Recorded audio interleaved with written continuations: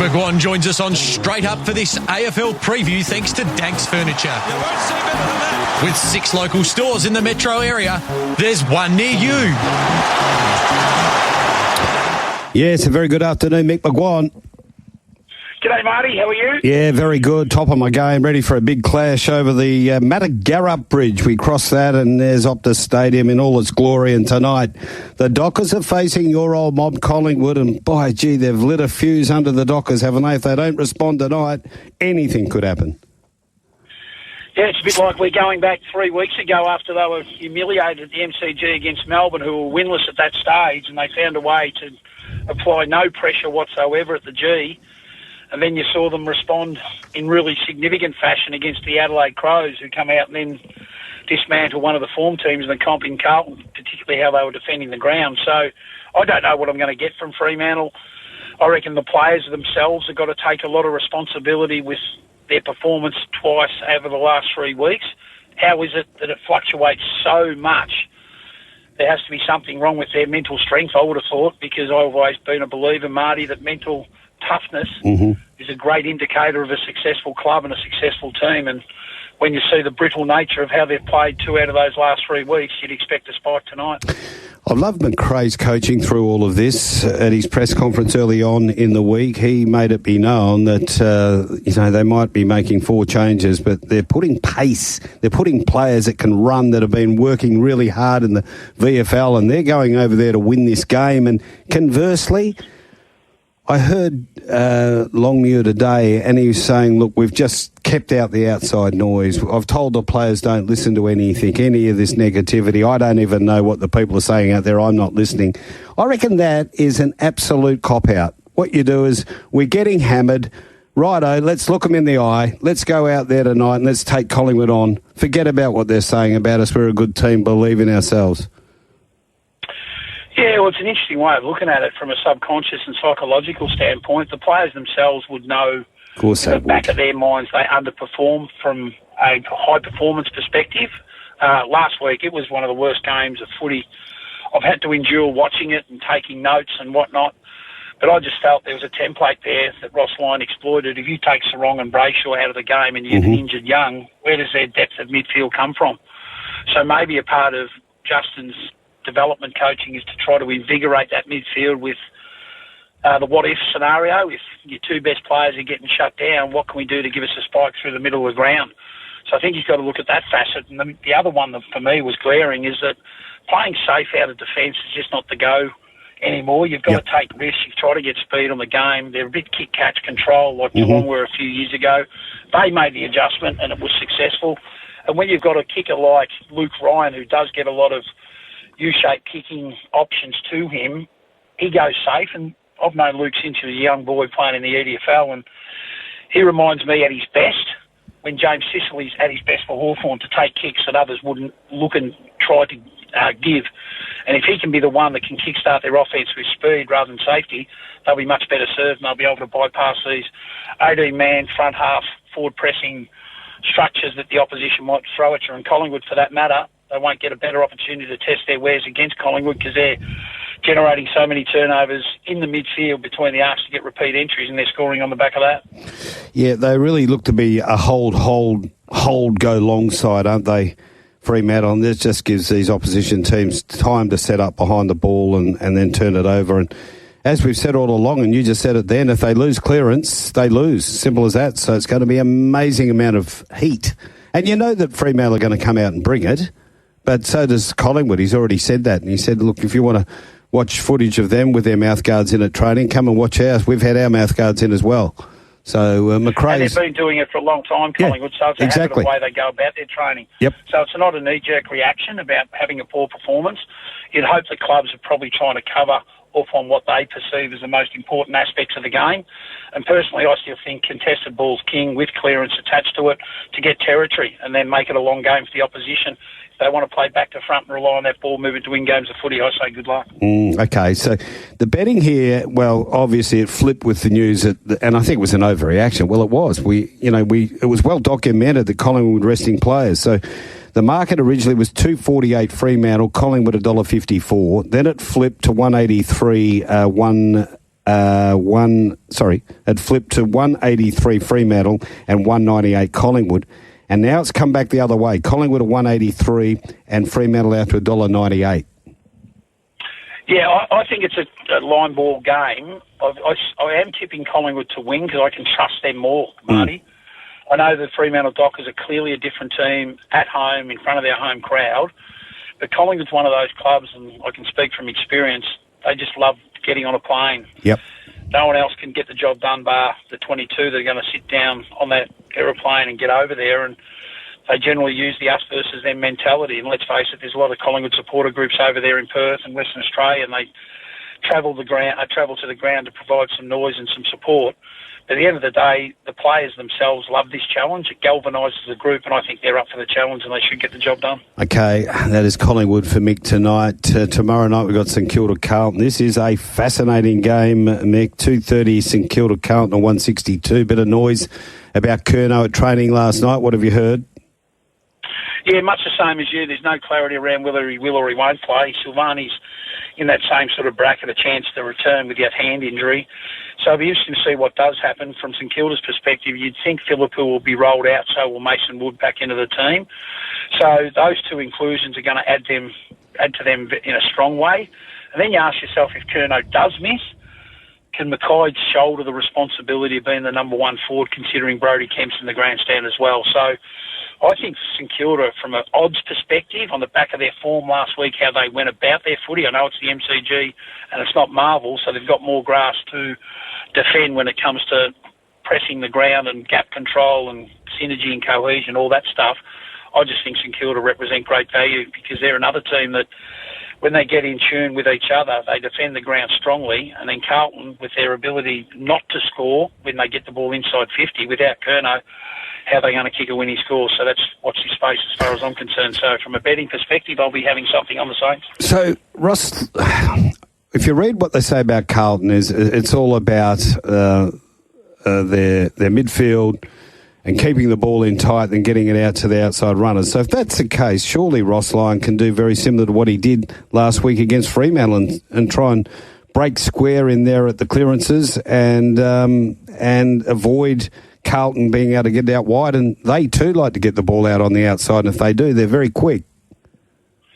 Yeah, well, you talk about two players inside the contest. Naturally, you come to Cripps, and then also Hewitt becomes a part of the conversation. And then their link player is Sam Walsh, and you think Windhager would be the opportunist player to put his hand up to say, I want that scalp, and Ross would probably go with him because Ross generally doesn't try to defend a bloke inside the contest. He's more worried about the run and carry player. Every time he's used, whether it be the tagger he used when he coached previously, Crowell, and then Jones at St Kilda, and then he's used Windhager in these situations. Very rarely, if it's Petrarca versus Oliver, he'll go to Petrarca rather than Oliver, who wins the ball inside, a bit like Cripps and Hewitt. And they'll probably try to put under wraps Sam Walsh, who is starting to get a lot freer in his movement, but also running games out strongly. So as you rightfully pointed out, all we hear from Carlton is contest and D. That's all they're interested in. Get their contest right inside, either post-clearance, forward or back, win those aerials or ground levels when they become a contest at ground level at either end. And then their defence, they put a huge emphasis on that facet of the game. And let's face it, not many teams they've played to this point have kicked over, or none have kicked over 100 points at this stage, bar the Adelaide Crows. So that was an aberration last week in their eyes. We'll see if it's going to hold up against the Saints, who were on a scoring rampage last week, and they also defended the ground as well. So it's going to be an intriguing game, but I think the Saints, from a betting perspective, represent value. Yep. Agree with you there. A value at 235. So the early game on Saturday, Melbourne are playing Hawthorn. Melbourne are 365. Hawthorn $1.28. Little bit of money just over the last 24 hours coming back for Melbourne. Yeah, I can't see that. Why? Because I just can't see how they're going to kick a winning score against the Hawks. Hawks' defence will hold up. If Ross Petty out with concussion, that naturally gives an invitation for Van Ruin to come back into the team. That's the obvious replacement there. And then you look at Hawthorn, what's he going to do at the selection table? Kelsey Adir's had 2 VFL games. Is he ready for a recall? McKenzie's out, unfortunately. I like him a lot as a player, and Amon's out with concussion. So they've got to make some changes. But I think Hawthorn right across the board should be too strong for Melbourne, who are in okay form, but this is the first time in a long time they've played a pretty good team like Hawthorn. Correct, Amondo. Yeah, they're playing. They've had 3 wins against 3 bottom sort of lowly rated sides. Now they come up against one of the best. Okay, the fourth game we're going to have a look at is the middle game on Saturday. This game will get underway 2:15, and Essendon 2:35, Sydney 160. This market hasn't moved all week. Yeah, once again, this is a toss of the coin game. You'd think from a betting perspective, Essendon do represent a little bit of value. But I just think Sydney, the way they played last week against GWS, they were back to their manic pressure best, particularly when the game was at its hottest. And I loved Heaney and the way Warner went about it. Ridley out, big out. That's a massive omission from an injury perspective for Essendon. I reckon he's their general behind the ball. Gresham, he'll be out again, and Jones, who knows what's going to happen there. But they should get Corbell back. Shields should come back. Laverty's over his VFL suspension. And, Marty, there's a young player there I want to put on notice. I reckon young Zach Johnson's ready for a senior AFL debut. He's a good young player. He's playing really strong footy at VFL level, and I've seen him play in the Northern Knights last year in the Coates League, and he just looked like an AFL player in waiting. So I hope Brad Scott goes with some courage and gives a kid who's in good form an opportunity against the Sydney team. But I think I won't play in this game at all, but I'll sit back and I'll probably tip Sydney because I think they're just starting to gain a little bit of momentum, and if the troops get back pretty quickly, they can certainly be a part of the top 8 action. Well, Scott's announced today that he's playing Lewis Hayes on debut, the big redhead, so he'll take the place of Ridley, and he's going with Arthur Day-Wicks. Now, what do you tell us about him? Yeah, I don't know a lot about him. There's been reports over the summer that he's an exciting young player.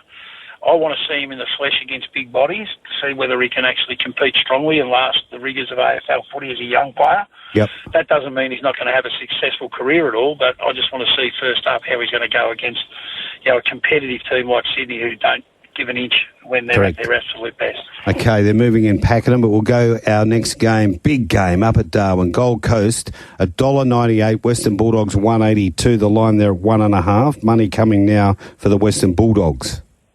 Yeah, I'm on the Western Bulldogs. I've had a bet on them, actually, Marty. I think the way they're playing, they're a settled team. They've got 3 players at VFL level that are in good touch, Gallagher, Baker, Duray, if they need to make a change or reinvigorate their team in some way. Bevo has had a history of doing that, plucking one out of left field and going with him. And then Gold Coast, they think they'll get Ben Long back. He's expected to pass a test.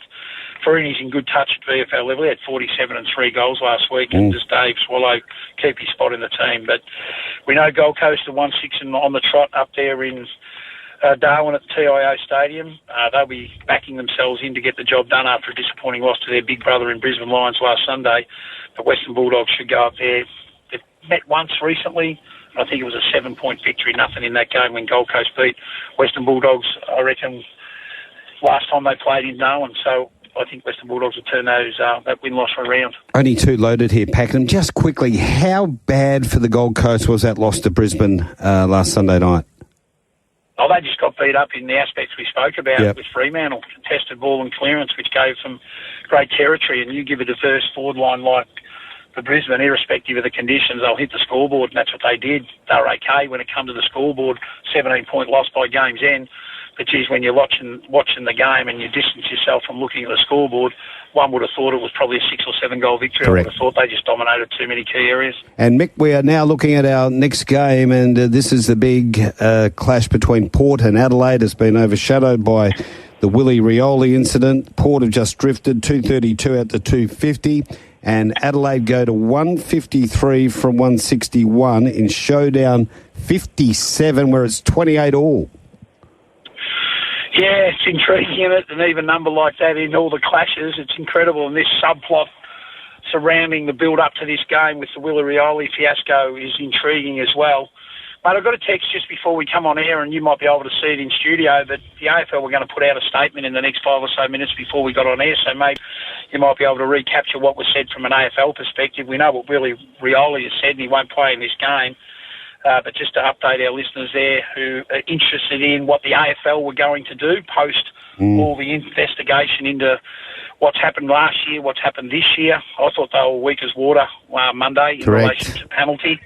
the AFL, and then when the news come out, they want to be a little bit more proactive and probably more diligent in finding out what the truth was behind these text messages to rival clubs and rival players. But it'd be really interesting to see what the AFL has said in that statement. So maybe you can look at it and get to it as quickly as possible to keep an update. But in this game, I think Adelaide will get the job done. Mm-hmm. Port was terrible against the Western Bulldogs. I love the way Adelaide played against Carlton. Hinge will come back in from suspension. I would have thought he's a good player, Hinge, to stiffen up their backs, to take on Port's forwards. Boak will come back in to freshen their team in. Josh Hinge over his concussion. And they bring a young kid in like Jack Whitlock in a big game, knowing they've lost a forward who's a different type altogether. But they might give a kid an opportunity who's going okay at SNFL and experience what a showdown feels like, looks like, plays like, to understand that this is what you're coming into. So I can't wait to see the game. But I think Adelaide will get the job done, mate. Yeah, agree with you. They've really fixed up their defence over the last couple of games, Adelaide, haven't they? That was my big knock on them. Now they've got that defensive rating right down. I think they're only conceding maybe 79 points a game. I worked it out the other day, 79 a game, where they were up to nearly 100 points a game there at one point. They were about 92. So I know one of those games was against GWS in the wet and the game against Carlton. But just from a figures point of view, they're getting their profile in the right order. And as you know, Marty, the successful teams just get it right both sides of the ball. Yeah. You've got to hit the scoreboard, but you've got to stop the opposition from scoring. You don't want to have what I call all duck, no dinner type games, shootout mentality. I reckon Malcolm Blight experienced that in the 90s with Geelong, with the likes of Couch and Bairstow and Hinkley and Barry Stone and Billy Brownless, Gary Ablett Senior in front of the ball. They could score, but geez, they lost a lot of games when the opposition outscored them because they didn't defend the ground strongly or had the appetite for pressure or chase or even tackle. So I think in the modern game you have to get both right. And if you're a top six in both offence and defence, you generally play finals footy. That is for sure, Mick. Agree 100%. So they've really got their house back in order. You'd think they'll take care of Port in this showdown. Okay, 3 big games coming up on Sunday. This is a battle of the cellar dwellers. Richmond are $1.52, West Coast at $2.55. A little bit of money sneaking in for the Coasters. It's at 11.5. Yeah, McGuane big out, isn't he? Yep, in a sure game of is. this nature. If he was playing, I gave West Coast a slight hope at the odds, but I think Richmond will get the job done. And I've just seen snippets of improvement, rapid improvement with the Tigers, particularly their front half game. They're exploitable if you can win clearance, get it in, and their defence can be a little bit inconsistent with their performance indicators, the 1%, you want to call them, whether to spoil or go for a mark. They just get that wrong except for Boston. Short's their rebounder, of course. But I think Richmond can get this job done at the MCG in front of their home crowd. West Coast, I reckon, they've showed snippets as well of improvement. As small as they have been, they've just got to last for longer. But that's what you get with a transition team like they are. And I just think Richmond will get the job done. But could I have a bet in the game? I'll sit back, maybe learn something from both clubs. But I won't be parting with my hard-earned to have a bet in this contest. It'd be like betting into a Leonora maiden, Mick. You just wouldn't do it to yourself. Geelong are playing GWS, 1:20 start time on Sunday, 1:42 Geelong, GWS 285. The line there 16.5. All focus here on GWS. We know their record down the road's good, but can they pull themselves out of this slump that they've found themselves in right now? Yeah, well, you'd want to hope so, because at the moment they're not resembling the team that we witnessed at the back end of last year at all. I reckon they're relying on individual brilliance to keep them in games or even win games. And as I've always said to people I sort of involved in footy, it's individuals contribute, but teams win premierships. And at the moment, I don't reckon they're a reflection of a team at all. So on the back of that premise, as good as their record's been, and the challenge they'll be up for to take Geelong's scalp, I think Geelong, with the surety they play with, the trust they've got in their team, Stanley out, Humphreys out, Stewart probably comes in, Kolodjasny's not far away, he might be another inclusion to stiffen up their back end. Just they're going to be hard to beat. I think the Cats, they were terrific. In that Saturday night game against the Pies, they found a way to win. It was led by their skipper in Paddy Dangerfield, and you look at their back end, who's going to play on him?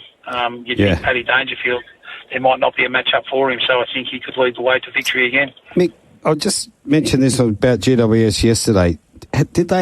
Was it an oversight that they never really recruited to cover Perryman, Cumming and Peatling, and then when you lose Kelly, Daniels, Caniglio, you take those 6 out of the side, just say this was last year, out of that team of GWS, you say, oh, gee, they're a bit light on paper. And then you tell me the 3 that have come into the side to replace Perryman, playing brilliantly at Collingwood, Cumming and Peatling playing really well at Adelaide. I can't see the 3 that have come in to replace them. No, they've probably relied on that speed factor to bring into the team, with Thomas and Jones, these young boys that are super quick, but they're super small and they can only probably play front end. Ware's another one that you could mention that they thought there'd be growth from him. I reckon they were going to shore up their defence by getting Whitfield and Ash back, and let's face it, we know they're great counter-attack defenders, but are they defending life and death in that part of the ground? Buckley, Taylor, they're constants. Idens can play tall, small, and then you've got Himmelberg, who's a bit flexible, but primarily back rather than forward. I just think they're just not playing with the same conviction and buy-in from a team defence standpoint. And around the ball with Tom Green being the one-trick pony that he is, inside contest to get it from inside to outside, they've just probably lacked a little bit of dare and speed in that part of the ground. You mentioned the 3 players that are not there at the moment in Daniels and Kelly, primarily those 2. They had a bit of class but also speed to change it up in there. I think that's where their improvement will come from when they get those 2 back. But then Canelio's a bit of a Mr. Fix-It at stages. He can tag, he can go inside the contest, he can play small forward and hit the scoreboard at times, or if he doesn't kick it himself, he gives it to someone else in a better position. So I just don't know where they're at the moment. This is a challenging time for Adam Kingsley. He's got to get them back playing team footy as far as I'm concerned, because at the moment they're nowhere near where they were. 3 minutes to Albany, race 5. Get your bets on punters. Final game to wrap it up. North Melbourne, $6. Brisbane, $1.13, 36.5. How good were Brisbane last Sunday? I love their game. Yeah, they're a good team, aren't they? Yeah. And they just keep getting better and better, and they're building into their season beautifully. Lyman's got to get back into that team, which is a no-brainer. Morris will come back in. He'll replace Sam Day. And then you got Kitty Coleman sitting on the backdrop. You go back to his grand final a couple of years ago. How good was he? So he's a bit of a sleeping giant at the moment. They'll be too good for North. They've got too many weapons, too much class, and they'll be winning this game fairly comprehensively, I would have thought, if they bring their best. We got a multi? I have. I reckon Hawthorn head-to-head to be safe, but I want to go Gunston 2 goals. I reckon he's in fantastic form, and I'm just not sure whether there's a match-up for him. Adelaide head-to-head, Geelong head-to-head, and I'll be putting Brisbane head-to-head, and also one with over the line of, I think it was around 35, 36 points. You might be able to correct me on that. 36.5, yeah. So I think that's not a bad multi to round it out. And if you want to add a little bit more flair to it, I reckon Zach Bailey's capable of kicking 2 goals in that game, knowing full well North don't defend well that part of the ground. Mick, you're a star. We love talking to you, and our listeners love listening in for Danks Furniture. Enjoy your footy over the weekend. We'll do it again next week. No worries, mate. Look after yourself. Yeah, there he goes. Mick McGuane. He's a beauty. McGuane gets past Brown. They're lifting the pies. They can sense it. McGuane's had 5 bounces. Nearly get another one. Round he goes. In he goes to an open goal. Mickey McGuane. Goal of the year. Mick McGuane joins us on Straight Up for this AFL preview thanks to Danks Furniture. You won't see better than that. With 6 local stores in the metro area, there's one near you.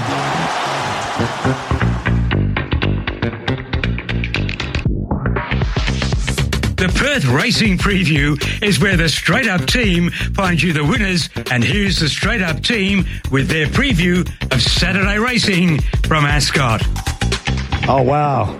Good to have the boys in. Good to be in, mate. Lovely to be here. G'day, Mark. G'day, Brad. Congratulations, mate. McGinnity. Thank you. Great Hello. win last week. How are you? Hello, Rusty. G'day, McGinnity. How are you, mate? Isn't it nice to have one of the team winning races at Ascot? Fantastic. And a lovely Only a week horse. to go. What's the off-shot? a lovely horse. What about him? What's the story? Is he spelling? Is he going for another run? I leave all that up to the trainer. Okay. There's been no update so far, but all indications are he's pulled up very well. One of the big positives about him is how relaxed he is. He's asleep 20 minutes before the race. He's asleep 20 minutes after the race. Did you go down and have a look at him? Oh, yeah, I did. You did? Yeah. I absolutely did. I went down and saw McGinnity getting the photo as well. I wanted to see if he wore the suit, but he had the haircut and he had a good sleep. Yeah, he looked good. He looked bright about. Mate. Looked much better than last week here. Quick one for the speedmatch.com. Oh, March Maps. just blew them up, didn't he? The owner didn't know. Yeah. You said this horse could lead. Yeah, got it. Straight to the front. It's been amazing, the amount of... and we haven't even gone to advertising yet, but I've had to actually put the big news is that we're going into harness and RT Bets is going to be mapping for us as well. Oh, beautiful. So that's one of the big news. It's going to be big. Yeah. Bigger than Ben-Hur. And I love the merch. Merch hasn't got here yet. It's on the way. Well, I've seen the sample. I don't want Betty from Bustleton getting keen. We've got a text here. Our man from Thornley, he's sent one in early. Oh, the bloke that gave us the cook last week. Yeah. How about that? I had people coming up to me at the races, Mart, and saying thank you. They're actually saying thank you for talking us out of backing Freo last week. Yep. Now, we were really serious about it. Yes, we were. They were $1.60 when we were potting them. Yep. And saying, just stay out of this game. Keep all your Maldies out of this game. Don't bet into this game. If any team has got a whiff about them, this team smells. It stunk. Yeah. We could smell it. All the way from Marvel Stadium, and we were right. And what happened? An old mate from Thornley, nothing. Gave us a cook. He said it's the biggest load of dribble I've ever heard. Peter Volandis, Oz Donald Trump, demanding upgrade to HBF. So where do Perth Glory go during that time? He's a megalomaniac. That is from Brian. Fair enough, Brian. They'll go somewhere if they have to. They can go back to Dorrien Gardens. It's not as if they're going that well, Perth Glory. There's a soccer pitch I can see in front of us that we could use as a venue. Tell you what. Down at Albany. No, Hyper Real in race number 3, Gordon. That was declared a runner, so no problems there. AFL, this is from Glenn of Fremantle, have given Rioli 1 week penalty today when he'd already announced he wouldn't play anyway. Laughable. Absolutely. Limp-wristed. Might as well just got a little wet tea towel out and hit him over the wrist. Oh, now we're talking. Well, they played this badly, haven't they? Oh, shockingly. It's a shocking move. It's a shocking look. They just missed it. I just thought this will go away. Yeah. Not knowing that there were a few priors up their sleeve. And now they've got to come out. I don't know if that has been released yet or not. Mick was talking about earlier that the AFL were coming out to say that they were going to release their findings of what's going on. I can't see it up there at the moment. But now 1 week, not enough. The Tigers are a living cert. Richmond have beaten teams Eagles couldn't get anywhere near when playing at home as well. Get your house on them and even your investment house as well. Money for jam, and that's from Peter. You're an Eagles man. Do you agree with Peter? Oh, that might be the mock that they need. The AFL is a joke. One player does a homophobic slur and gets 4 weeks. One player makes 3 physical violent threats and gets 1 week. What a joke. 100% with you. That's no name on that one. But you know the other thing with it, Russ, is it wasn't during the game, the final one against Dale. No, it was after. It was after the game when you cooled down and then don't forget it was after the game when he let that one off about Hawthorn. Yes. He's just got a problem. Put the phone away, son. I reckon Port, they need to get him. Kosh, settle him right down, put him on some sort of course, get his head right, and with a proviso, you do it one more time, you're out. I've heard Port players getting on the phone today on Eastern States Radio and just saying, we don't like this. No, it's not good. It's not good for the competition. Not a good look at all in any way, shape or form. But the way it's been handled is by the AFL. It's the biggest disgrace of the whole situation. Is they weren't onto it. They tried to duck and weave it, and it needed decisive action, and it needed an early move to say we're going to stamp this out straight away, mate. You've got a month. But for them to come back and say we're dirty on the clubs, that's when they came out yesterday. Said we're dirty on the clubs for not reporting what had happened before. That okay, I can get that, but that's not the major deeming principle here. The major deeming principle is that after the game, he put a threatening text to an opposition player. No. And they had all that information. So that was enough for him to go bang. Yep. No, I agree, Mark. 100% with you, mate, and not good enough. AFL. What a great day for the Perth Reds, though. All at the same time. Big announcement. We're coming. We're coming hard. Did you like the Perth Reds or the Western Reds? If I'd had a choice, I'd go the Western. Oh, well. The Western Bears, the Western Bears. The Perth Bears. I'd probably have a couple of Western Reds when I was there. Here's a beauty from Zach. G'day, gents. Just wondering, as we're discussing the Willie Rioli situation, how many weeks would Wesley get for his tweets if he played in the league? Now, I'm going to throw this to you. Heard Julio was lobbying for a life ban. That's from Zach. The unders. Is the guillotine still in play? Wesley's still trying to match Julio up with one of the young ladies from the IDF. He currently... and he's provided more than enough options to get Jules started too. Right, let's get into this. We've got a big meeting to get through. It's a beauty. Oh, it's a ripper. I've put a lot of time into this and the maps, don't worry. Absolutely. martsmaps.com. Don't worry if you want to get in, but make sure you pay the extra. And you would have get the platinum flyer. Get the platinum. What are we doing? We've got 8-metre rail. So don't forget, tune in Saturday morning somewhere between 10 and 30. Brock Nealing, we have him on now. Gave the great information last week. And he tipped last week. I missed him again on the way out there. He did tip. I can't. You're really pressing. He's going all right though. I like him. Yeah, doing a good job. But before we get there on Saturday morning, our track man is McGinnity. And what are your thoughts? Yeah, light breeze. Yep. So we'll, I reckon we go with on pace unless the track tells us otherwise, Mart. One thing we have noticed as they get further in the season, the tracks, it does become harder to really sprint on them. So you prefer to be there within a few lengths on straightening. So, okay. I just want to reflect quickly on last week's win of Storm Chaser.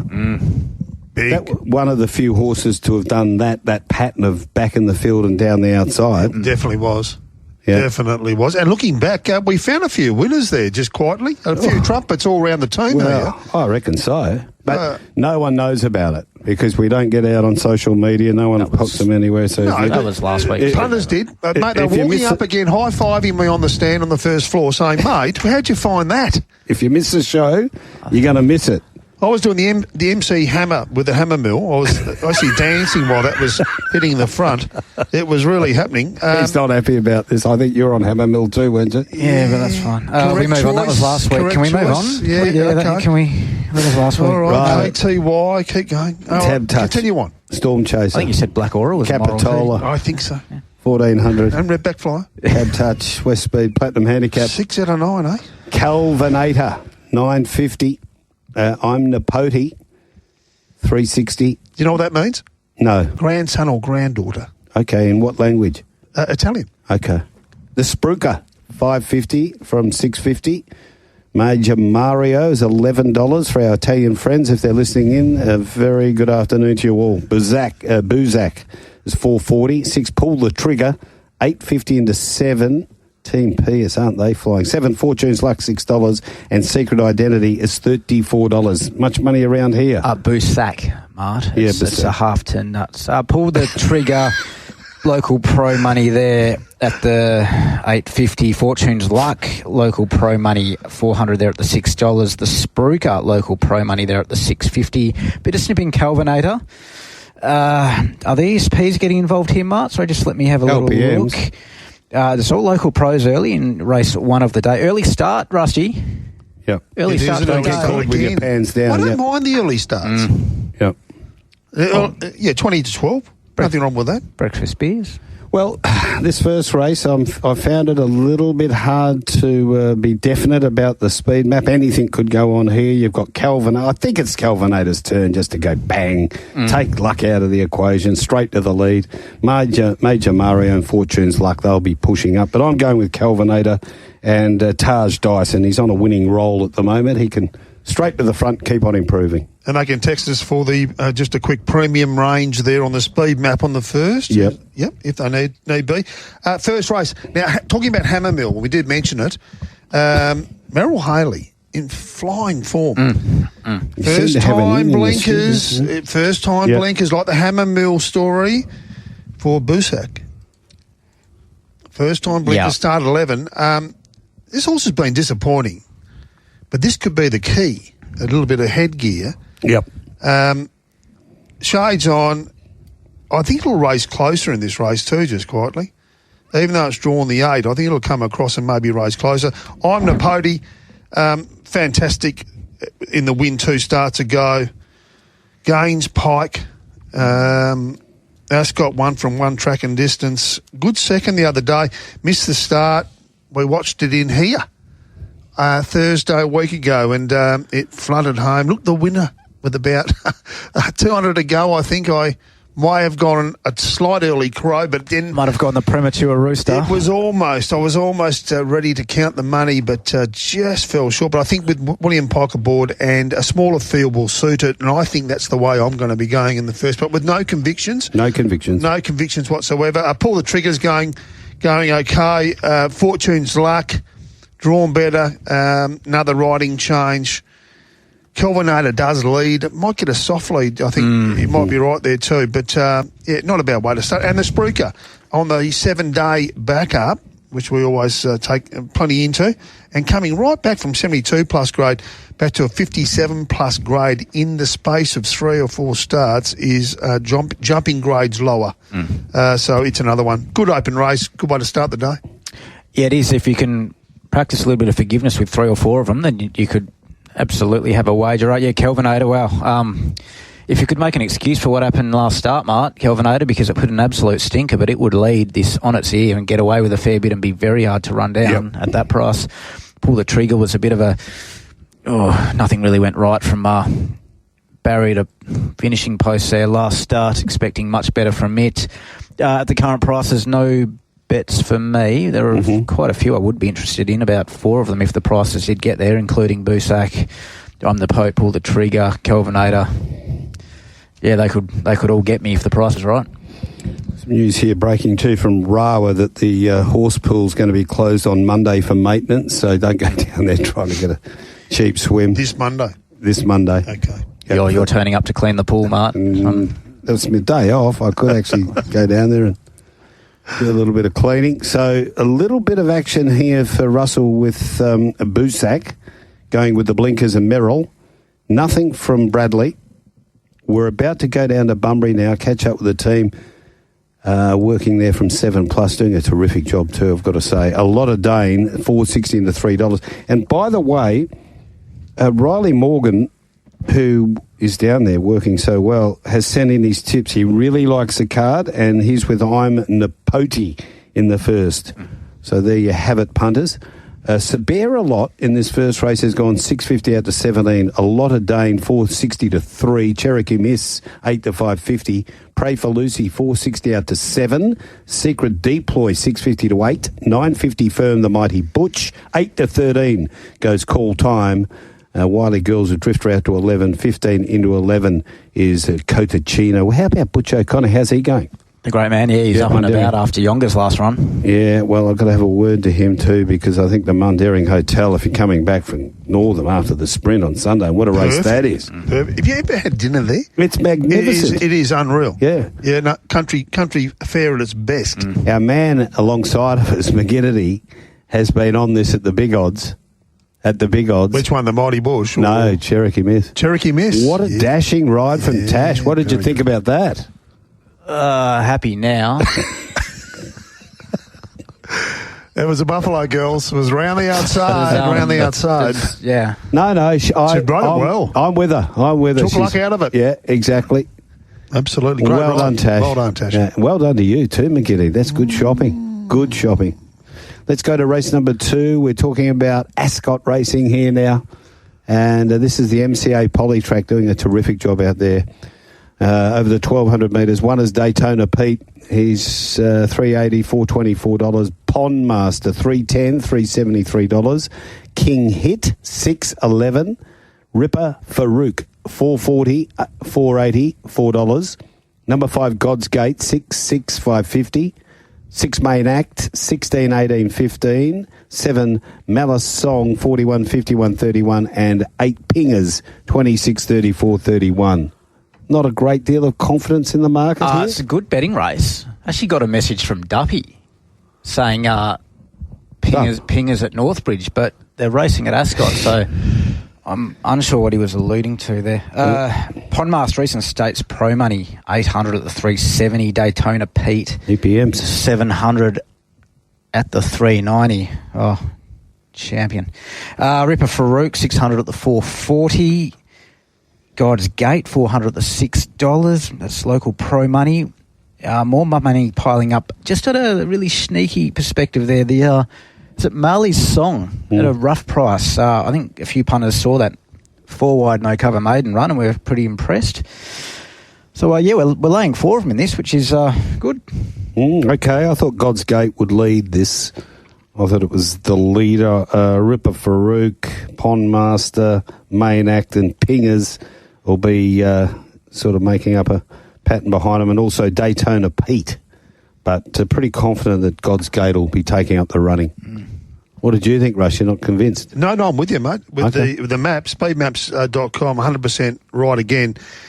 In my view, good races. This is a good race. When you've got your $31 outsider coming off a debut third where it sat wide the whole trip and just kept coming and only went down by half a length, it's a good race. Absolutely. I know it's going up in grade, but it's not leaping too many grades here, and it's the rank outsider. So this is a good race. I don't know where to put Ripper Farouk in. I don't know whether I was happy with the trial or not happy with the trial. Well, I know it was only 400 metres, but it was well and truly beaten by repossession. I know they went quick time that day. I'm going to probably sidle up with Daytona Pete off the speed map. I think Pondmaster's a bit iffy. I know it gets Willie Pike. He sticks with it, but it has been missing it a bit. Missed it badly last start. So you're going to have your heart in your mouth at the start there if you're watching it. You're on Pond Master, but Daytona Pete I think is pretty bomb-proof. It was a really good finish in that race, that Black Aura race. I think it was a strong race too that it took on first up. It'll only be fitter. It's 1 from 1 second up. Not lightly raced. Looked a little bit big in the yard too. It looked like it needed the run. I went down and had a look at it. I really do think it needed it, and I'm sure that it will be fitter. Drawn 3, Sean McGrady. I think that's the way I'd be going. And now out to $4, you're almost getting to that each way or 20 by 30 entity. And with 8 starters, it's perfect. And looking like it might drift a little bit more because the pro money for Pondmaster there and the local pro money for horses like Farouk and God's Gate, which will come again late, means that Daytona Pete might drift a little bit. And I do concur, Rusty, with what you said about Daytona Pete. Really looking for this up to the 1200. It did hit the line like a horse that was looking for 1200. So absolutely. Did Riley tipped Daytona Pete first up? I think he did. He did. But we all agree. Look, it is a nice horse. It looks pretty progressive sort of type. It's well put together, this horse. I just think it looked a little touch big in the yard, which is how you want him to look if you want to be on him second time around. Okay, I'm just trying to find what Riley has tipped. He sent his tips through. Let's have a look. He's stuck with it. He can jump off them, but that's good to see. Daytona Pete, he's stuck. Great race, and I'm pretty confident there'll be good form coming out of this race going forward. So I'm 2 for 2 with Riley. Yeah. Nothing wrong with that. Something building here. He's a pretty good tipster. Now we go to race number 3, the Sinful Living in race 3 to bounce back at double-figure odds. Been up for a while, but the Tash factor, well, she's killing them down there at Albany today. We'll get it over the line again. She is on fire at the Mo. That is from Greg L. Spot on, Greg. We'll have a look at race number 3 for you right now. Pakenham not far away, so we'll just update Pakenham. We've got one coming up in race number 5 for you, punters. We're 5 minutes off Pakenham race 4. One is Bolshe, 34. 2 Dark Simba, $1.80. 3 Ghazi, 14. 5 The King and I, 151. 6 Thinking Gold, 750. 7 Avon Beg, 5 to 480. 8 Draw Attentions, 26. Number 9 Madame Griselda, 10 into 5 for Zara. And 10 Tuscanando at $41. So get your bets on 5 minutes there. Let's go to Ascot, race number 3, the Azure Printing Handicap. It's over the 1,000 metres. You get your merch printed there, Mark? Printing? No, painting. Did I say sorry. Printing? Yeah. I meant painting. You probably get it painted there too. Yeah. One Wind in the Line is $5.50 after I opened up at $4.20 and then into $4.80. To rope at $3.20, $3.40. Then they said, now that's enough. That's enough. We'll take some of that and then just knocked it into $2.80. I'm surprised it's not $2.50. Sinful Living, 12, 14, 10. Greg L said I'm getting involved. 4 is Hanchy, $6.50. 5 Golden Veil, $4.60 to 5. 6 Advanced, $71. And 7 Celestial Storm, $5.50 to $4.80. But seems to be a pretty good go here to Roper. Yeah. Certainly, ESPs, Mart. ESPs, 1,000 at the 3:30, another 1,000 at the 3:30. Local money, Celestial Storm. This is a proper text message type job, Mart. Is it? Yeah, huge money, Celestial Storm. He'd have some money too, wouldn't he? One of our bigger stands of the day from a camp that is absolutely airborne at the moment. And local pros also keen. Sinful Living from an each-way perspective. It's a great betting race. This will be 3 in a row. These are good competitive races. Sinful Living, speed maps, please, speedmaps.com. Yeah, sorry, you better just talk for a minute because it takes me a little while. It's a terrific race. To get it up these days. It's interesting that we've got to resume a number. Here we go. Number 4, like the previous race, which is the X Factor horse. Ripper Farouk was in the earlier race. Yep. Hanchy off the 2 trials. It's the X Factor. But what's the speed map, Well, mate? I'm Sinful Living leading from 5, Tash Faithful with Golden Veil from 4, just tracks across and tracks everywhere Sinful Living goes. Perfect. Celestial Storm? The Stormer is from 6 coming across just behind them. Okay. Same? Bradley? Don't completely concur, but... No, what's yours? I think there's a chance Celestial Storm has a crack at the lead. I don't think it'll get there. I think I think Sinful Living will hold it out, but Celestial Storm should breeze. Golden Veil will duck in behind them. Okay. Now, off that map, I'm saying Sinful Living, when it leads and gets it soft, it wins. I don't think it's going to get it soft here. There is a bit more speed in this race than those 2 wins there, and it could cop a little bit of pressure here. I don't think it'll sit in the death. I think it'll hold the lead just from the barrier draw. But I'm with you, McGinnity. I'm thinking it'll get a bit of pressure from Celestial Storm. Very well supported. William Pike on. Any update on Craig Parnham, just quickly? Chris? Sorry, Chris. Any news there? I'm not sort of a news hound sort of a guy. Okay. No, I'd like to know. No, I sort of hibernate a lot. But a terrific race. Wind of the Lion resuming. 2 strong trials. Hanchy, amazing trial, and then the one before that was just as good. Both really strong trials.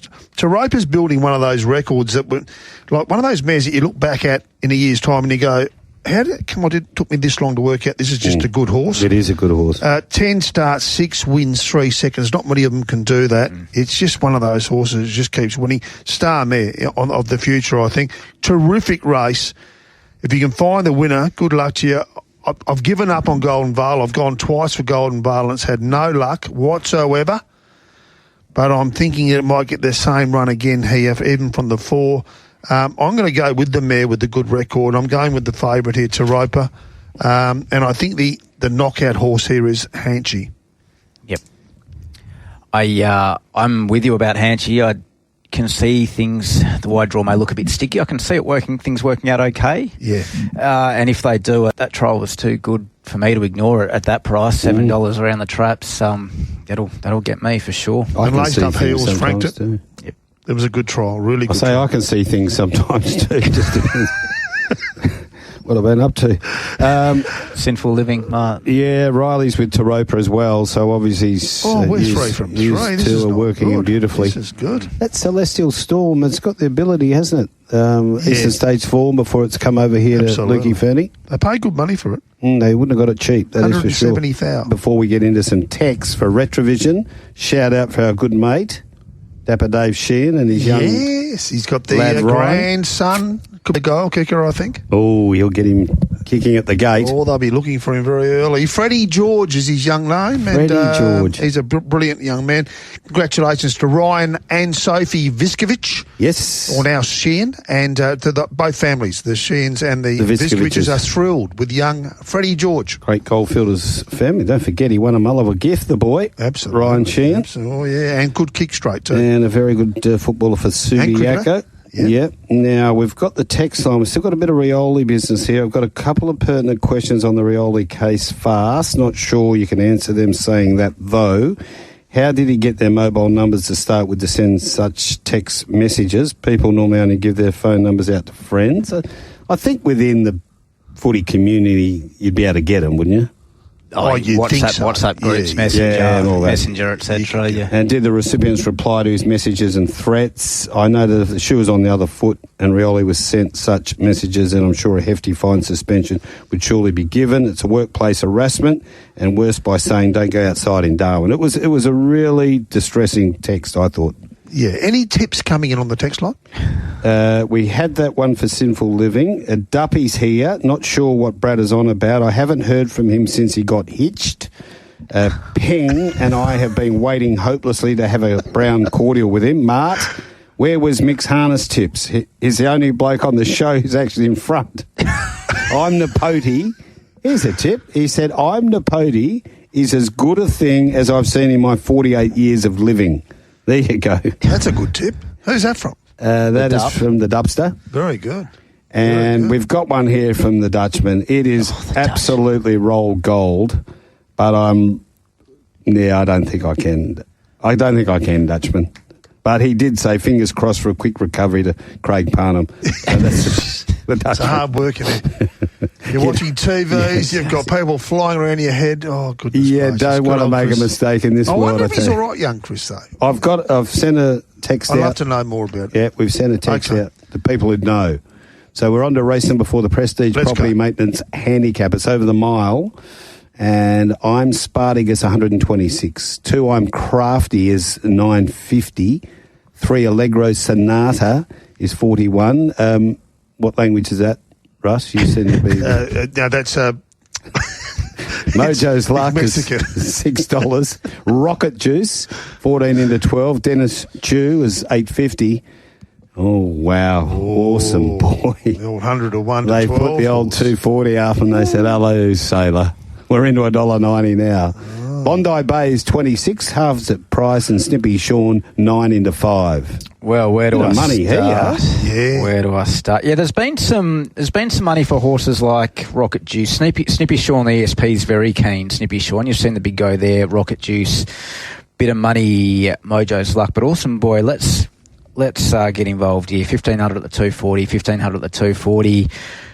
2,000 at the 205, 2,000 at the 205, 2,000 at the 205, 1,000 at the 205, another 1,000 at the 205, another 2 bets of 1,000 at the 205. When did you think you'd turn it off? So this you have your breakfast at the stage. If you'd maybe let me finish. Maybe in the shower. We can. Unlike Rusty, sometimes we take more than $20 on something before we turn it off. What's going on here? You're in the shower. It's an opinions game. It's cute that you think I shower once a day. Okay, so the way I'm going to word this is when a horse puts in a massive career personal best. Yep. As a price setter, for mine, it's one you want to take on next start. Mm-hmm. You want to see it do it twice in a row. The trick is, what is the right price? The old Mark Reed. Go up too short, you may miss it completely. I could have gone up $1.90 and missed it. We could have gone up $1.90 and missed it completely. Obviously, It seems like we wouldn't have.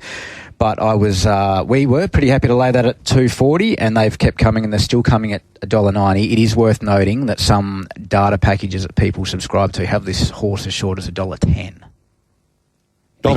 Because the rating spike last start, the rating put forward was that high that is... And that can put in a worse performance than that and still be $1.10 pop. I agree 100% with you. I don't agree with the AI. This horse has actually done... 2 of its last 3 runs have been huge. The win at Pinjarra was enormous when it sat 3 and 4 wide the entire way and won when it won its maiden. Maiden by 0.3 of a length. Yeah, but it was huge how it went about it. Yeah. And then last time, it got a fairly easy lead. It did roll along. It did a great job and just ran them off their legs. It was impressive to the eye. It looked like a horse that's going places, but it's up to 1,600 metres. I think your pricing was spot on. I think the 240, and I'll be surprised if this horse is not in the black by start time. That's what I'll say. And this could be that one where they come early and then they back off. Snippy Sean also has me a little bit surprised there. It could just be the Pike money, the followers of Willie Pike. Could be 3-year-olds in grad company. That seems something. Could also be that one. But now I'm hoping to pick something different from Riley Morgan because so far we're 3 out of 3, and I hope he hasn't gone this way. But I think I've found one in this race, which was... Anyone that watches replays would have seen it. It was an enormous run. it gets a completely different map here if it jumps from the rails drawn. That's Mojo's Luck. Meets I'm Crafty 2 kilos better. Sticky map. I don't know if it is. I've gone back through this horse's history, and look, it can jump, it can lead. It's actually even led a race. I don't think it'll be leading Awesome Boy, but it could be sitting on its tail. And if it's sitting on its tail, this horse can run very fast sectionals. Which one was it? Mojo's Luck. Okay. Informed stable. You ever heard of the bloke called Luke Fernie? Yeah, I've heard of him. Yeah, I mentor him. Yeah, that's all right. Do we have mentor trumpets? Look, my only query with this horse... How's your mentoring career gone thus far, Mart? Yeah, not good. The only... Penguin. You were mentoring Wes Cameron's Twitter page? I was... The only query I have on this is second start after a long spell. But I've got every bit of confidence in Luke Fernie to have this horse ready to rock and roll. No, I think it'll be leaders back. Right. And I don't think Awesome Boy will get it as easy as it did last time. I'm going that way. I hope Riley is.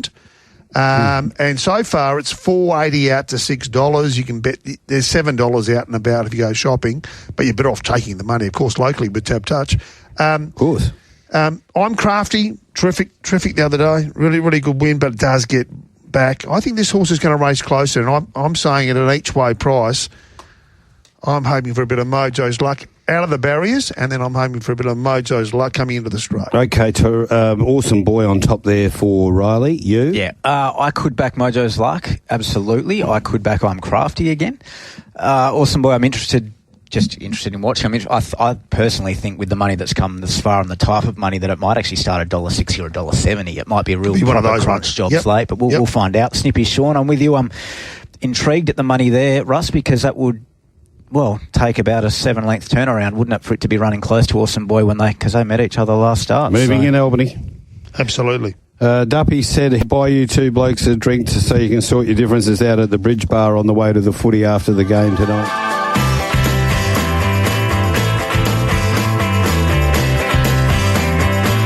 That's a good question for the listeners. What happened to the Hungry Kids of Hungary? I haven't heard of them for ages. Anyhow, the Dutchman's got involved. He's with I'm Team Brad.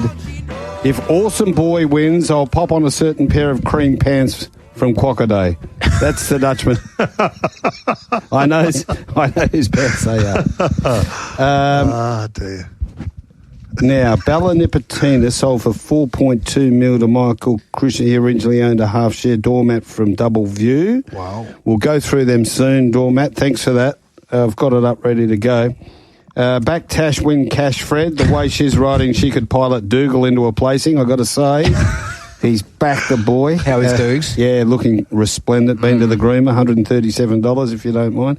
Jim, Pommy Pie all over the Tash body. Good on you, Jim. As long as you're over those pies tonight and they can do the right thing by you. Up to race number 5, the Oban Group Handicap over the 2,200 metres. Any thoughts on the Oban Group? Big fan. Big fan. Brilliant group. Fat Roy Slim. Wow, 420 into 320. Fine Touch, 750. What a Prince, 11 to 10. Henchard, $11. Queen of Jerusalem, $8.50. Manavendra, 11 into 9 on the backup. Strike Now, $15. Deadly and Fast is $14. Grand Reserve, $9. And Zaza Rock, 11 into $7.50. Oh, Zaza Rock. Mart. Zaza Gabor. Mart. Gabor Roy. Fat Roy Slim. Yeah. Wow. I reckon he's going to tip it. 600 at the 420, 1,000 at the 4, 700 at the 4, 1,500 at the 380. Strike Now, $2.50 each way at the $14. Manavendra, big place bet there, 500 at the 290.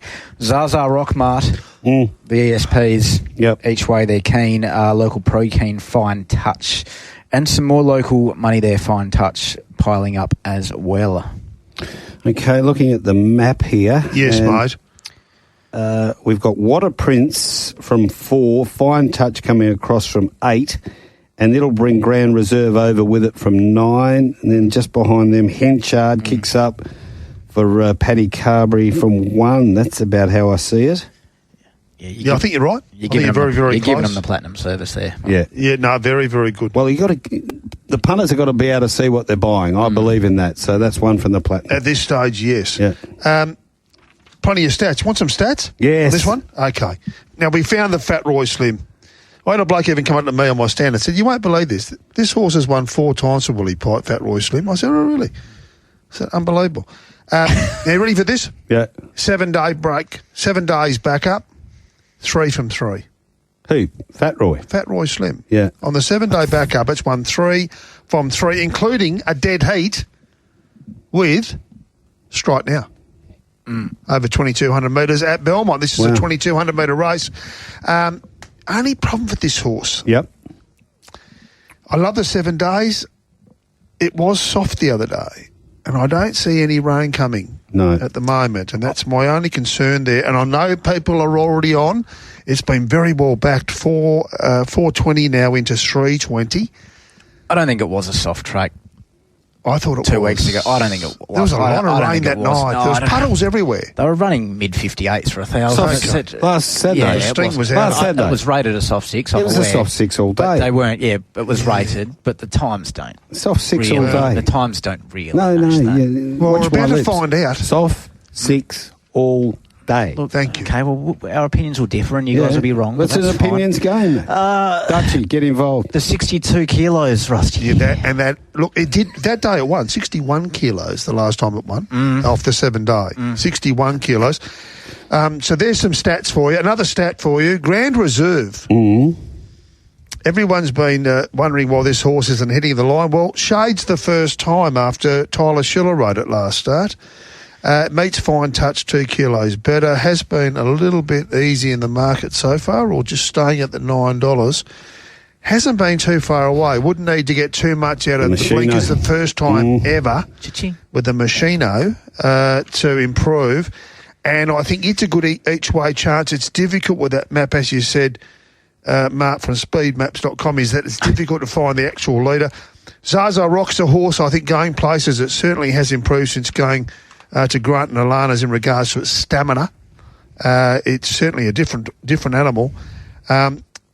Good race, a really good race. It's the typical Saturday stayers raffle. Yeah. The Dutchman's got involved. Gee, how did you come up with that stat? What a wizard with numbers he is, Dutchie. Dutchie's thoughts. You're inviting them, Russell. You got to be careful. Oh, I love it, mate. Keep them coming. Keep them coming. What do you got there? Love it. It's not a bad stat. 3 from 3 off a 7-day break. No, I like the dead heat in there. That was the good part. Yeah. Oh, the dead heat was just... That's the gold. That's the raw gold. Yeah, it's the mayo on top. I've heard worse stats. Thank you. I can't remember them, but I've heard them. Leave me out. Leave you, Salmon.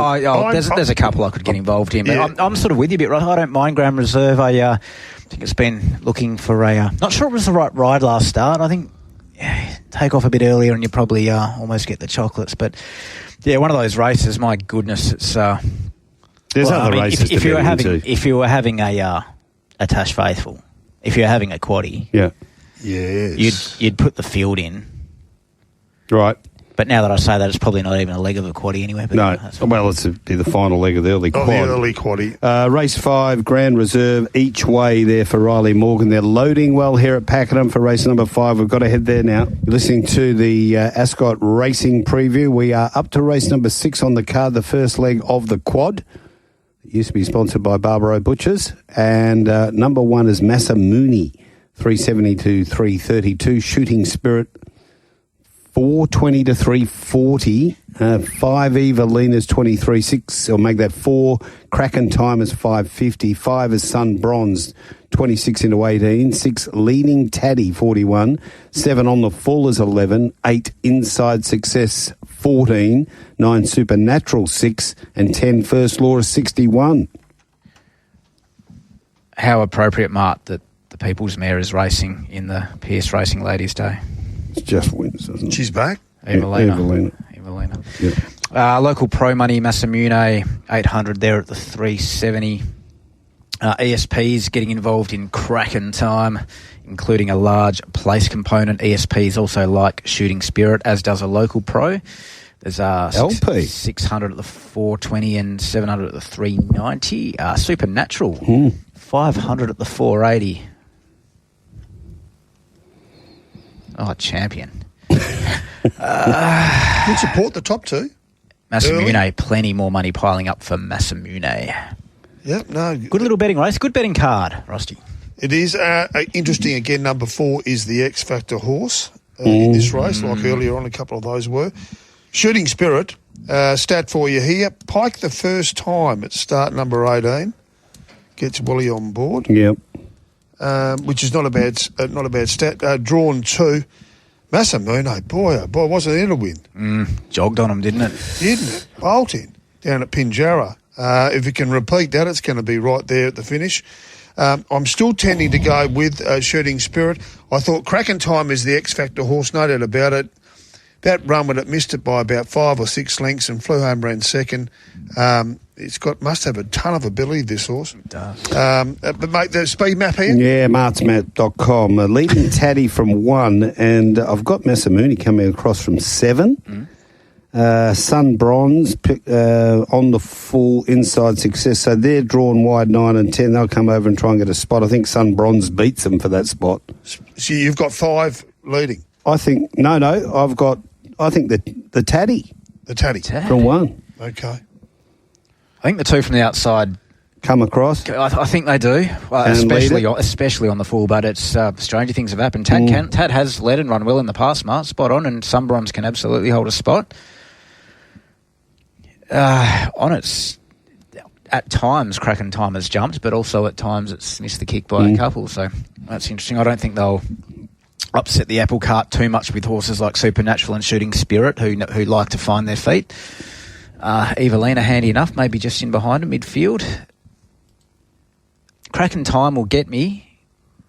One that normally the market hasn't allowed me to back in the past, but is now at $6 around the traps. Its form last prep, very, very good. Shooting Spirit is a big thing, obviously, Pike going on a horse, but I think a lot of good jockeys have given this horse every chance in a number of its starts. So he might need to be one of his very best to get this horse home. Well, Drew Wyden went back last start with Lucy. I just think drawn the 2, if we can get up a bit closer to them, it could be a bit of a different map for it. Yep. Good race again, though. Plenty of chances. Masamune, Shooting Spirit on the full. Can't knock its form. Very good win there last start. And, of course, as I said, the X Factor is Cracking Time. This horse has got a ton of ability. It has, and I'm happy to find out at $6. Yeah, but it can do things wrong. And Supernatural, of course, another one. Right in the hunt here. Another cracking race for the last day at Ascot, and a good first leg of the final quaddie at Ascot for the summer. Riley's going Shooting Spirit save Masamune. Yeah, there you go. Riley and I back on track again. 8 away from 5. Punching through here. The Peters Investments has raced 7 over the 1200. Let's have a look at these. We've got all the AFL information. Gee, they're going off their heads at Inglis at this mare sale. Mike, where's all the money come from? You've got to ask yourself. Over the 1200, 3:22 start time. A1 Resonators 41, 2 Jazz Session 550, 3 Leniency 31.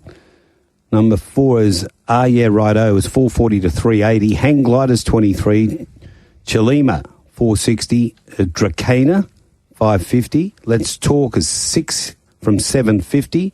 Storm Command 101 and Wicked Venom Spec 950 to 750. Just before we go on, that Retrovision text line's been hot. It's been hot today. Good. And Jim Pommy Pie's back. He said he's in a car full of Pies fans on the way to the game. Call out to Abby and Amanda, first-time Pies fans. Belinda, big Jamie Elliott fan here. Love and Charlie Pommy Pie Jr. Go the Pies. Well, you can understand it. Who was it? Belinda liking Jamie Elliott. He's a pretty good player. He's pretty goal sneak. Pretty, is he? Good-looking sort of a dude, isn't he? I've dated worse. Okay. Fat Roy Slim has to be the lay of the day for a bookie. 62 kilograms. Lay it all day at 320. That's from Donnie.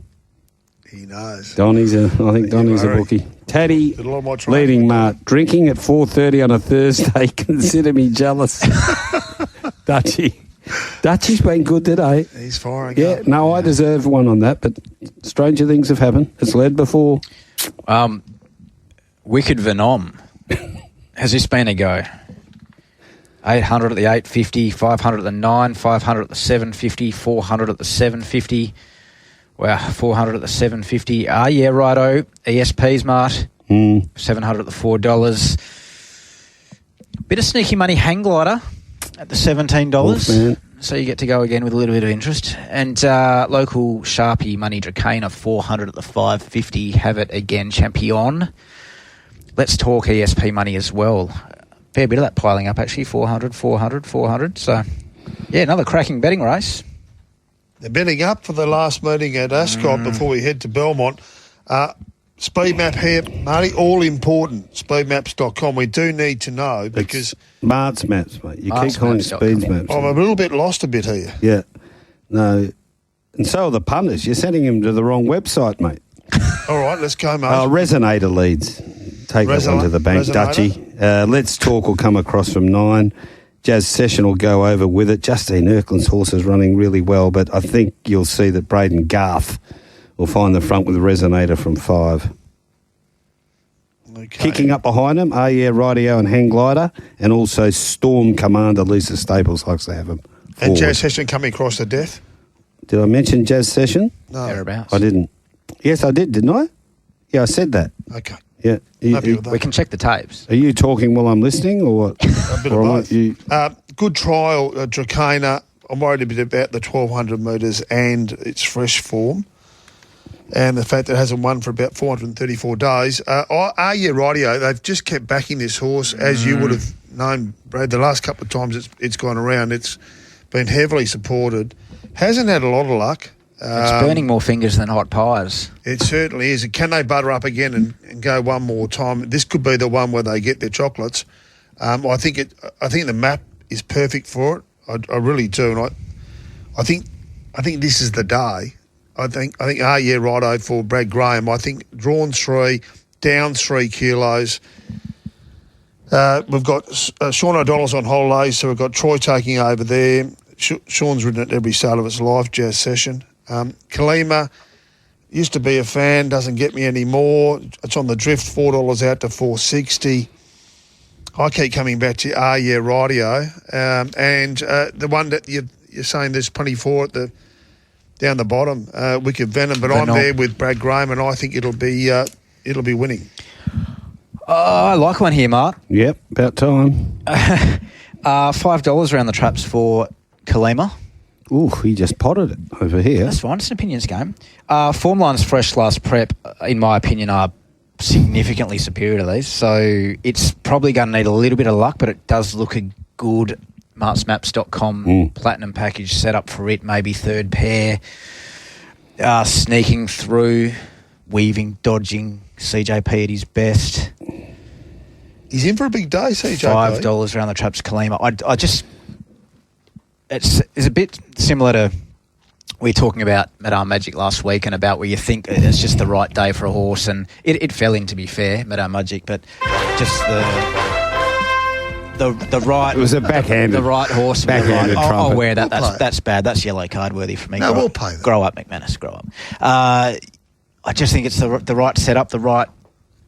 It goes super fresh, the right jock, the right gait, the right speed, everything... Sort of says that he'll be running absolutely the right trainer to present him first up without a try. CJP, with that little tash that he's growing, I love it. I love the look. He could look like a young Billy the Kid.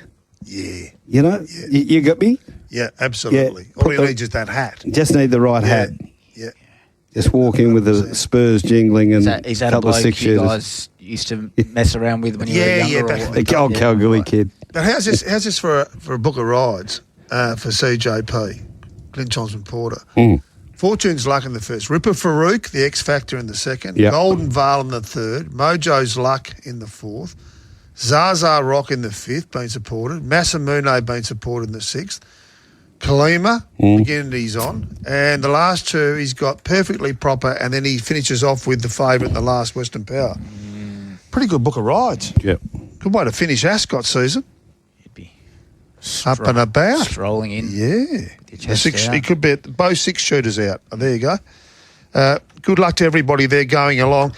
I'm with Radio. You're going Kalima. And we're going on to the next race, Mart, aren't we? Yeah, we are. Race number 8 is a big one, the Key Clean WA Size Produce Stakes over the 1,400 metres. And our mate Dutchman, he's with you, Brad. He says, opinions game, yet me and Brad playing the same rusty trombone. Kalima to give them an unsoiled pantsing. That is from Dutchy. And love it when Pommy Pie texts in. Hopefully he can have some cream ones in that car as well. That is from Duppy. Nothing like a cream pie. So I think we were talking about the Mount Barker Bakery before, weren't we? Yeah, we were. Yeah, they'll give that a nice hiding on the way home if there's still anything left. 1 Just 2 Flies 330, 2 Statewide is 15, 3 Delta Sun. Ooh, wow. 950 into 550. That's a genuine there. Number 4, Buon Amici is 41. Where would that be from, Russ? Buon Amici's Italian. Italian. 5 Schnitzel Latte, 270. 6 Perfectly Proper, 9 to 750. 7 Loves Talking is 14. 8 God's Rapture, 15. And the Philomia is 23. Perfect. Wasn't Philomia nearly a favourite last week? Yes, it was. Hard luck. A little bit of excuses for it too. Everyone tipped it. Yeah. I think there was Storm Chasers race, wasn't it? Capitola's. Up on the I knew I tipped the winner. I just get confused. Oh, there we go. How many you tipped? Where's that trumpet? I don't know. There's no trumpets around here. Oh, there is. Sorry. It is there. We've got a new producer out there. Put Tees to work. He's on the trumpet. He's recording a voiceover for martismaps.com. Schnitzel Latte. Yeah. Wow, 2,000 at 270, 2,000 at 270, 1,000 at 265, 1,000 at 270. Perfectly Proper. 300 each way there at the 850 LPM, local pro money. Delta Sun, 500 each way at 950. Well punted. Then the ESP stepped in, 300 at 850, 300 at 850. So this, as a punting race, can be broken down to Schnitzel Latte, Delta Sun, and Perfectly Proper. They're the 3.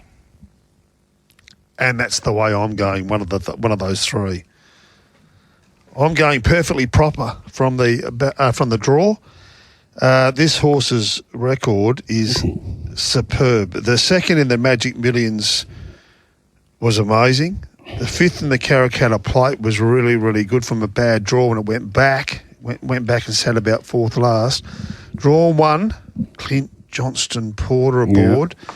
This is going to be hard to beat. Look, it's tough. There's a few maidens in this race that you're tipping into size projects. And that happens quite a bit, doesn't it? When you go back through history, you do, yeah. Quite a few of the babies that can't get the 1,000 and the 12, they roll up in the 1,400 and knock it over. Now, Rusty, obviously being the size produce race named after Marty. Our man Marty Young, the Mart. We call it the Mart. Yes. The size produce. So from martsmaps.com, what do we better got have here? it, yeah. It's an important speed map. I think Lukey will get Jade McNaught to lead with Loves Talking.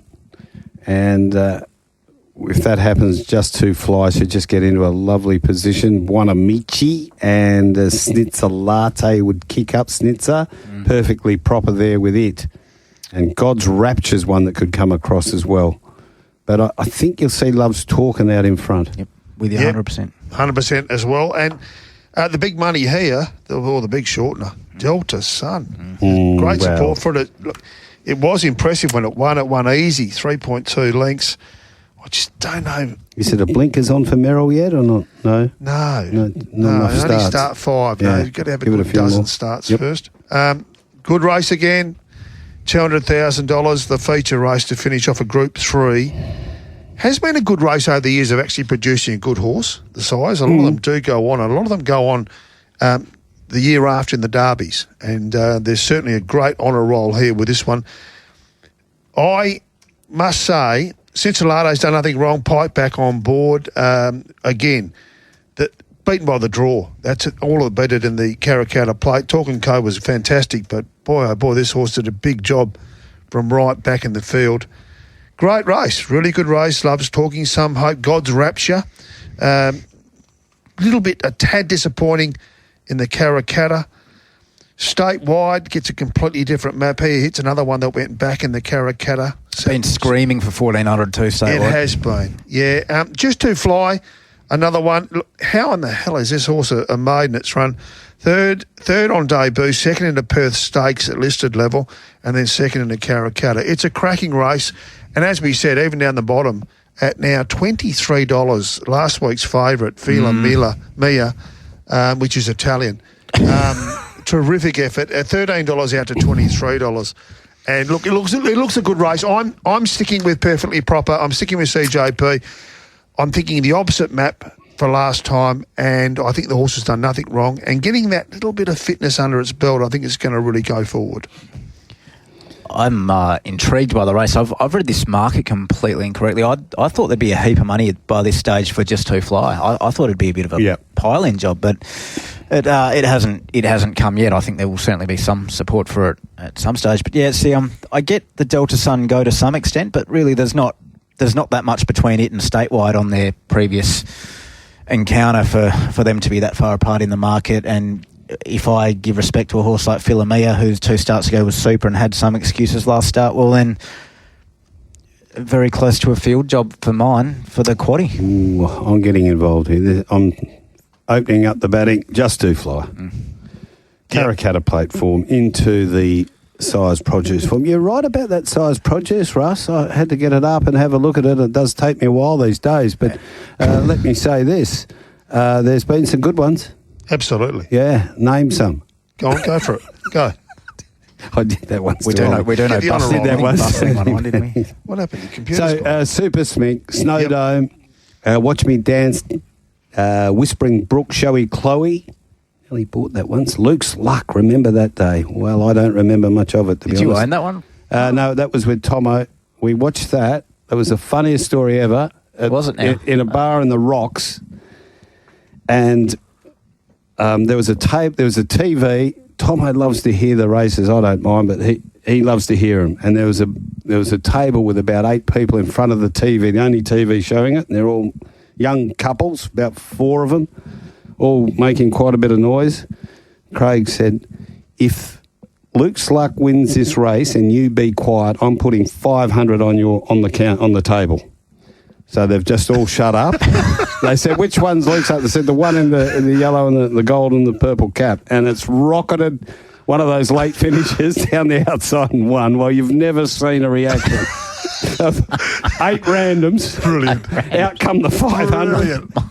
You imagine them telling the story at work on the Monday. I love it. Yeah, it was a beauty. Paris Petard, Roman Time, Petard. Brava Fortune. You know, it goes right back. Bomber Bill, if you want a little bit of Bomber Bill action. There's been some beauties, but it's been a very good race. Bustling, Super Smink. Yep. Snow Dome. Like, this is a good horse. This is a good horse's race. Go to Farron 4, our pocket. Yeah. Goes right through. Terrific race. So, tips in the race, finally? Mine, perfectly proper on the each-way basis from 1. Nothing from me. Nothing from you, and I'm with Just Too Fly. I did hear Luke Fernie throw it out yesterday with a fair degree of confidence after one of his winners. He's got a bit of confidence. That's unlike Luke, isn't it? If you were going to join a racing syndicate, who would it be? The last of the day, the Bellis Racing join a racing syndicate handicap? Absolutely. Well, they won the Perth Cup. You could be a Perth Cup winner. Rockanori, oh my goodness, 61. Multinational is 19. Has anyone heard from the Mauler? He's gone again. Nothing. Not quite. Desenia is 31. Upper Limits is 750. Without Reg, I've heard it called Without Reg at 12. Siberian Siren is 6 into 390. The Siren. One of ours, Speed Dream, 23. They forgot to back it. First Encounter, 5 to 460. Heskett, half to Brisket, 31. And Western Power is 330 into 265. So this book must look all right. You looked all right giving me the double overhead bicep meerkat just then, Mark. That was strong. I've got to watch the neck. Yeah, it's quite thick at the moment. It is thick. Wow. ESP's Western Power and a local pro too. So, 900 at the 330, 900 at the 310 there for Western Power. Siberian Saron, Mart. The ESPs are keen. 600 at the 480, 600 at the 460, but earlier 400 at the 6, 400 at the 480. So they started early with the Saron, and they've kept going. Local pro keen First Encounter. How was yours, Mart? 500 at the $5. And did you get change? Local pro keen multinational each way. Upper limits, a bit of money there. Yeah, I get that. Yeah, good little punting race. So, multinational obviously from 2. What are they going to do from 1 Siberian Siren? Just tack up in behind? It's better with a set. Yeah. Yeah, he's not so sure. Can we find a leader? I think the National will lead first up. Fresh. Bradley loves leading. Could Heskett lead this? Oh, Heskett. That's how much of a head scratcher I found this, mate. Yeah, no, all I've got, look at this, question mark. Well, martsmaps.com, you've got to put something out there, otherwise people won't subscribe. Premium membership, I'll be right. So we're giving it to multinational. Okay. Is there a Patpong Road in this horse? Is there a Suck Ping at all? It could be. I think there could be. There's been money. Could be that sort of race. The Siberian Siren. Yeah. The Saron. I think it might get leaders back if we can find a leader. I think I'd love to find a lead, and if we can find leaders back, the way it's going, off a sit, it'd be very hard to beat. Drops 2 kilos. Wally Daly's horses are going really well. Super. Super. And well done the yard there, Casey's. When you see them out there in the parade ring, they look good. You know, the coats are shiny. They look fantastic. Every one of them that they present in there. The big question mark here in this race, First Encounter, is the one that I found quite difficult to line up. It's sort of like it's bred for a Jericho. It's by Dundeel out of a Jeune mare. Just be a bit careful with when you step on Mart's toes with the breeding. No, that's okay. He gets a bit, it's more of a question than anything. It's good work. What do you think? Yeah, I'm with you. The mare never won under 1,800 Stay longer metres. than a mother-in-law. And it's a 1,400, but I know this horse has won twice at 14 and won it once in a mile, but boy, it's bred to get some ground. The trial's very uninspiring for mine, to my eye. I know we all see them differently.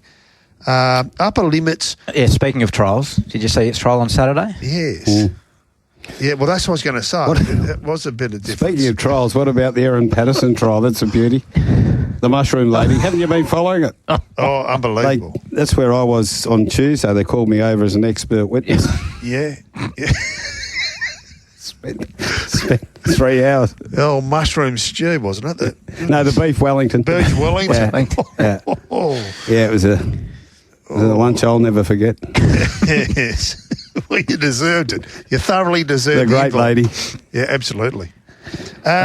Western Power, well supported, racing well, ultra consistent galloper.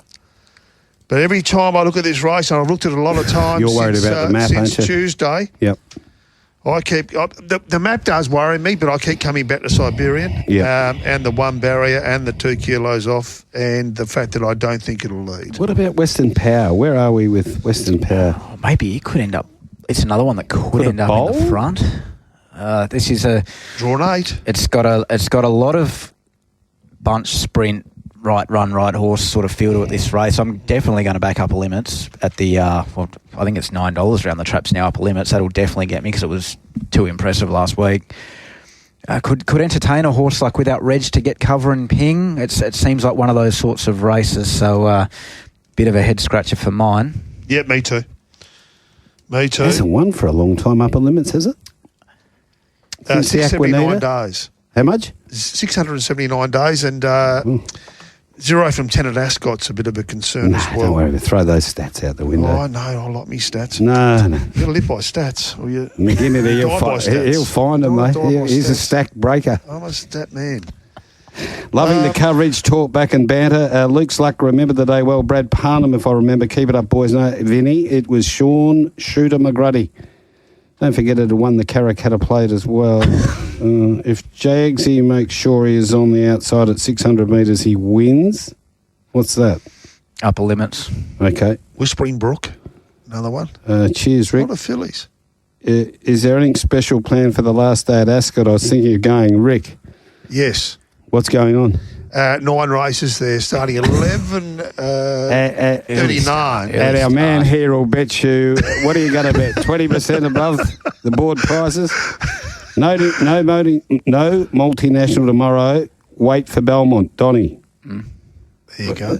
So he's not going to lead, Donny. Who leads then?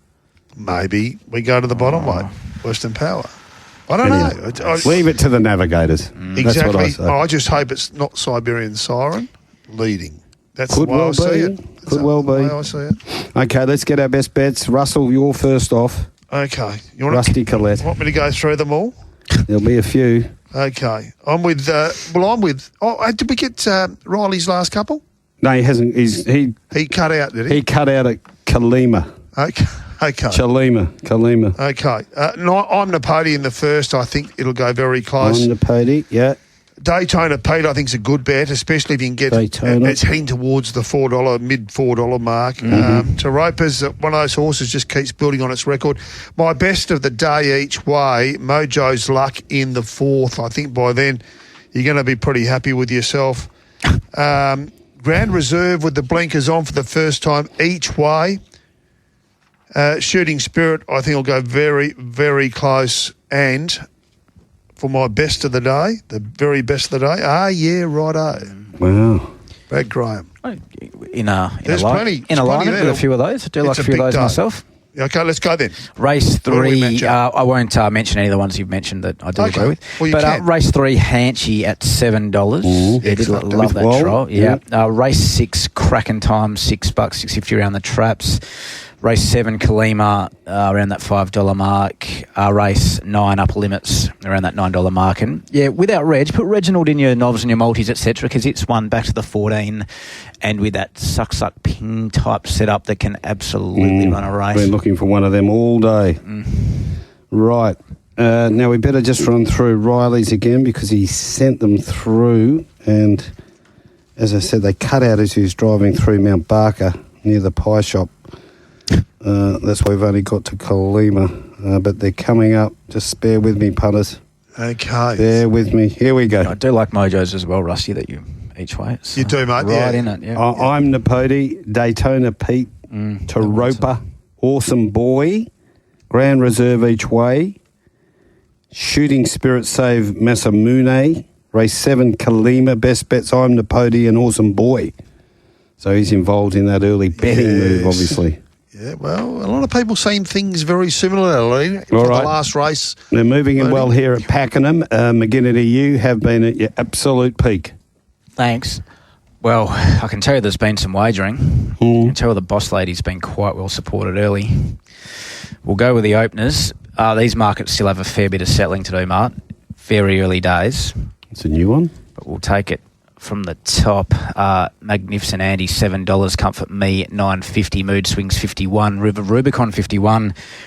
Ginger Baker, $34. Devoted, $18. Triple J, $18. Saloon Bar, $4.60. Black Fantasy, $61. The Boss Lady, $4.20. Yonga Lass, Butchie. The Butch. Well, we'll just stop on the way to Northam. I'd be stopping. Trouble is, if I stop at the Mundaring, I mightn't get to Northern. I'll stop there on the way home. Yonga Lass, $15. What's he doing if Yonga Lass wins? What's he... Nudity. Captain Chaos, 101. Keep Reading, 101. Westar, $5.50. Laced Up Heels down the bottom, $11 in the Tab Touch Northern Everest.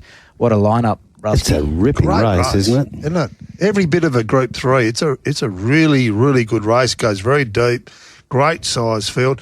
Weather up for the weekend is going to be perfect. So if you've got nothing to do, or if you're looking for something to do on Sunday, the weather's going to be fantastic. Jeez, you'd think it'd be on pace there, wouldn't it? Early Northern track's been really, really fair. Has it? In some scenarios, early doors, it's even, some have hinted it may even be run on, but you go with fair. You go with fair. Track. Good fair track. Yeah, fresh, you fresh do things deck. wrong and still recover. It's Laced Up Heels, one of the biggest runs you've ever seen. It's huge.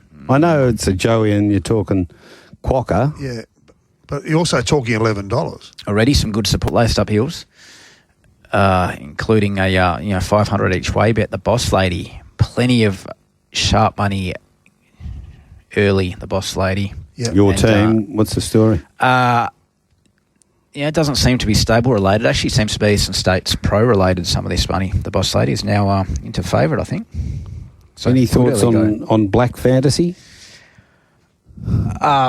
Plenty. It's a bit of a tricky speed map. Yeah, we haven't done it yet. I haven't Platinum done. Hasn't gone there yet. No, one map at a time. It's not laden with tempo.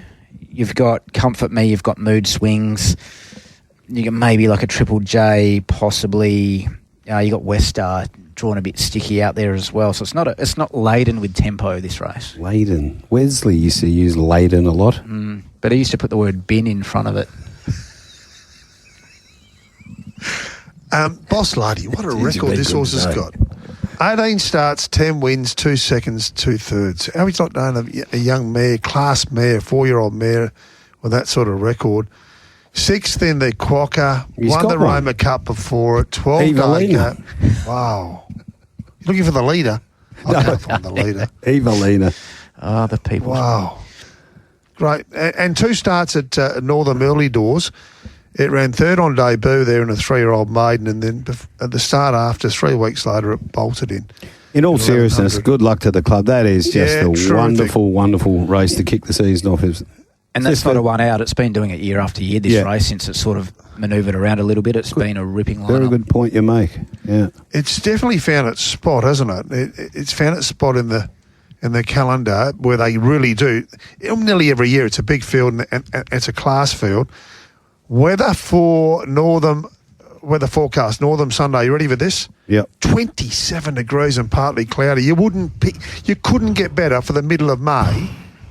27 degrees. Wow. It's a dozen. 26 at Ascot on Saturday. This is perfect racing weather. Going to be great you weekend. No, I'm not, mate. I'm not Sunday, but I'm going up. I'm going to go. Are you going? I'm going to go to the on the Northern train, States. or? No, I'm going to drive up with my beloved. Yeah. And I look forward to getting up there. My mum was actually a Northern girl. She was a Parnham. A Parnham? Yes, going right. Any relation? Yes, they were cousins, and we found that out through a clairvoyant. No, for a 150th year family reunion. Yeah, so there you go. So for those that can't read between the lines, Rusty not fielding, but happy to bet on the nod if you just catch up with him on course. Yeah, but not via the phone. No, because that's. How many bookie boys up there on Sunday? There'll be a couple there. Always is a couple. Yeah. Peter McCormack and Steve Mills will Tab be there. Touch. You got a representative up on the rails there for Tab Touch. We'll have 1,000 machines set up ready to go. Yeah.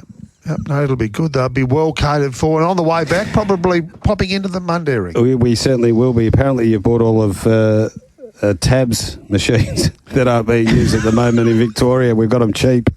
What about that? Hey, McGinnity, you got to go, mate, because you've been that good. I don't want you to spoil your performance today. It's been magnificent. Yeah, thanks. It's been good catching up with you, mate. Always good. And next time that horse starts, wear a proper suit for Redback Flyer. And there's a couple of texts here, little concerned about how you two are actually getting on, but it's all just for radio. Make no mistake. They're great mates. We had a big hug over the fence when Redback got the money. Bang on 5:30. Now, before we go to Inglis, because the results there are just mind-blowing, we better have a look at the teams that are in for the rest of the round. And we'll give you a summary, thanks to AFL.com.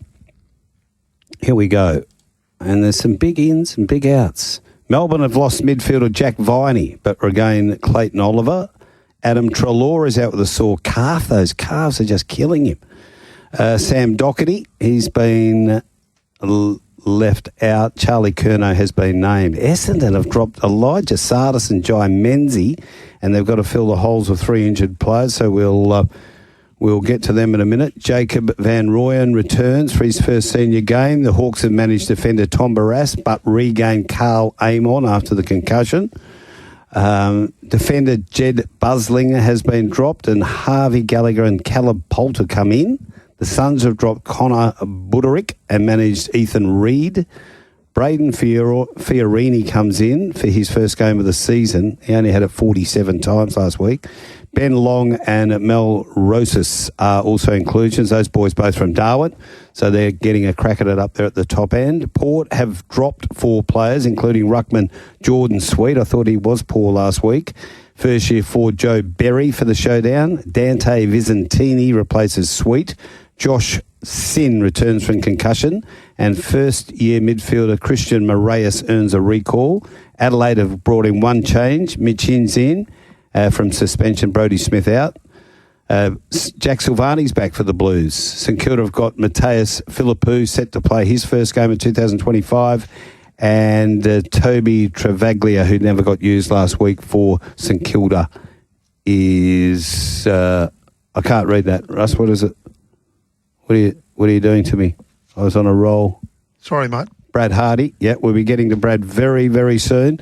Essendon will unveil debutants Arthur Day Wicks and Lewis Hayes.